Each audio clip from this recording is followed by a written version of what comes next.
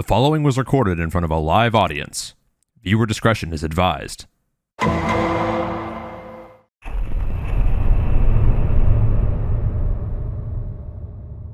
What's your opinion on TOS? Do you think that is overly strict, or is it decent? Because that was my first big concern, because you're inspired by Filthy Frank content, but raw, if you understand. Filthy Frank's content would not be allowed. Filthy Frank's, yeah, Filthy Frank's content would not work here. However, I don't think that the TOS is too restrictive. No, I don't. I disagree with that.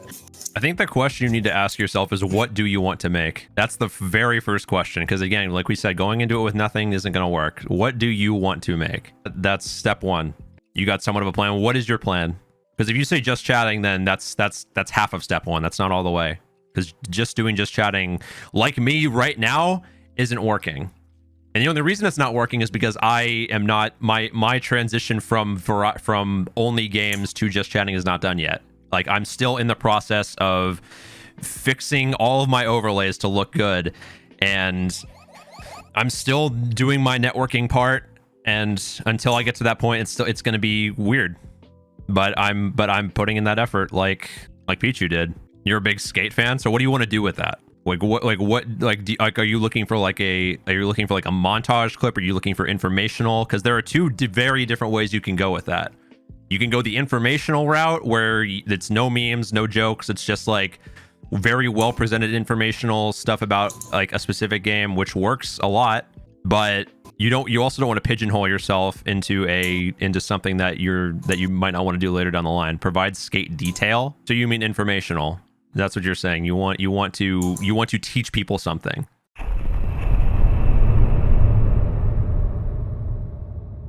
Does streaming in a group feel less stressful, or do you have leisure because you feel kind of weird talking with chat when there's pure silence in the room? Yeah, dude, I talk with pure silence. I talk with pure silence in the room every stream right now.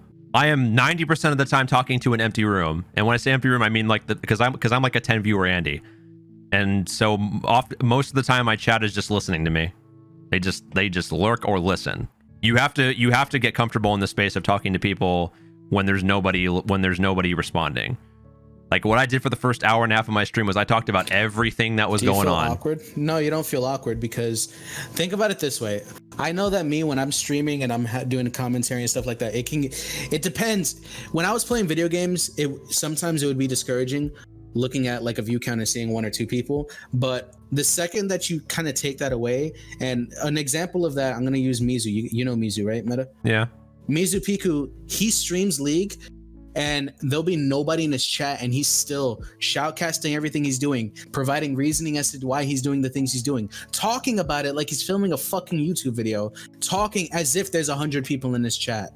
You know what I mean? I don't think that it's awkward. I think that once you get into the space of people are going to look back on this and they're going to want to see these, and you never know who is lurking in chat that hasn't spoken yet. Once you get into that mindset, it becomes a lot easier to talk and provide that space. You don't want dead air on your stream. You know what I mean? Like today, Meta was watching, he was doing his graphic stuff, right? I didn't have the stream open. Like I had it tabbed in so I could hear him every now and then, but like I never heard him stop talking. And when he mentioned, like, that's when I tabbed back in, when I heard you talking about the smaller chat and stuff and the Pokemon stuff. That's when I tabbed back in. I was like, oh, this guy needs a hug. No, and until you learn to monologue, it will be awkward. If you're not playing a game like me, like as I haven't played games in 3 weeks, so whenever I'm doing streams, I don't have gameplay to fall back on people to look at stuff when there's dead air. So I learned to monologue. I talked about everything about what I was doing the last week. The reason why I haven't been going live for a bit. I went on for 15 minutes about how I picked up the guitar again and about the stuff I've been doing with that. I worked with the one or two people who were talking in my chat about my overlays. We were talking about what we could do to make them look better and stuff. Learn to monologue until you don't have to. That's the rule. Because you're going to have to. But at some point, once you've learned how to do it so well, and people will start coming in your chat just to listen to you talk, even if it's just talking to a camera and nobody in chat, people will still come in to listen to you talk if you're interesting enough about it. ASMR type stuff, if you have a good voice and a good microphone, go for it. Try it. See if you like it. If you don't, nothing wasted there. You learned that you liked or didn't like something.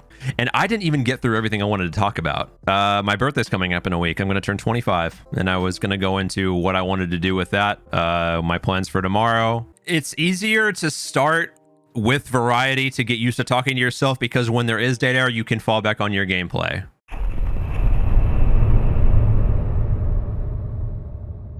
Do you guys work on top of streaming or full-time streamers? As of coronavirus, I am now a full-time content creator. My main job, my main actual job, is taking care of my grandmother who had a stroke 5 years ago. I've been doing that full-time 5 to 7 days a week for the last 5 years. That has been my full-time job, but because that means I get to be home all the time, it has allowed me to become a full-time content creator for about a year now, almost full-time. I started streaming about a year ago to an audience of nobody, 0 viewer Andy. Had to learn how to fill dead air, monologue, talk about what I was doing. Didn't start YouTube until 3 months ago. But as of right now, as of 3 months ago, I'm a full-time content creator where I post on YouTube weekly, or sometimes I post 7 videos a week. Sometimes I post 1 video a week. It changes. And then I stream. I try to stream 3 days a week, but honestly, doing YouTube and now being full-time with Corona for my first job, I don't get to do Twitch as much as I would like to, but I want to do it more. That's why I'm doing this whole stream redesign. Like the last 4 streams of mine have been complete stream redesigns. So I'm moving into the just chatting space, and I'm trying to find my place in it too. Also, there's another thing. Start a Discord. Even if there's nobody in it, start a Discord. Get your friends in it. Get the 1 or 2 people who watch you in it, and do stuff with that. That's a great way to connect with the community who does watch you, is through Discord. I have unfortunately lost sight of that because my Discord died when I stopped playing Pokemon.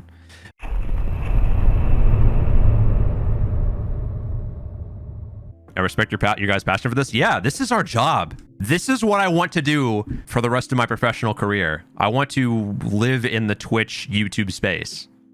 I want to be able to retire off of off of this job. And it's slow. Like I said, it's slow right now. I'm a 10 viewer Andy right now. I don't know how many viewers I have. And one of the top tips I can give you personally that I've learned by myself, the one thing I have learned by myself, turn off your viewer count. Always turn off your viewer count. I can't see it anywhere on my OBS. I can't see anywhere where my viewers are. I don't care. I don't want to know. Actually, I do care, and that's why I don't want to know. Because then you get stuck in your head about the numbers, and it affects your content, and you don't want that. Which is why I monologue as if I have 1 viewer, the same way as if I had 1,000 viewers. I talk exactly the same, never changing it up.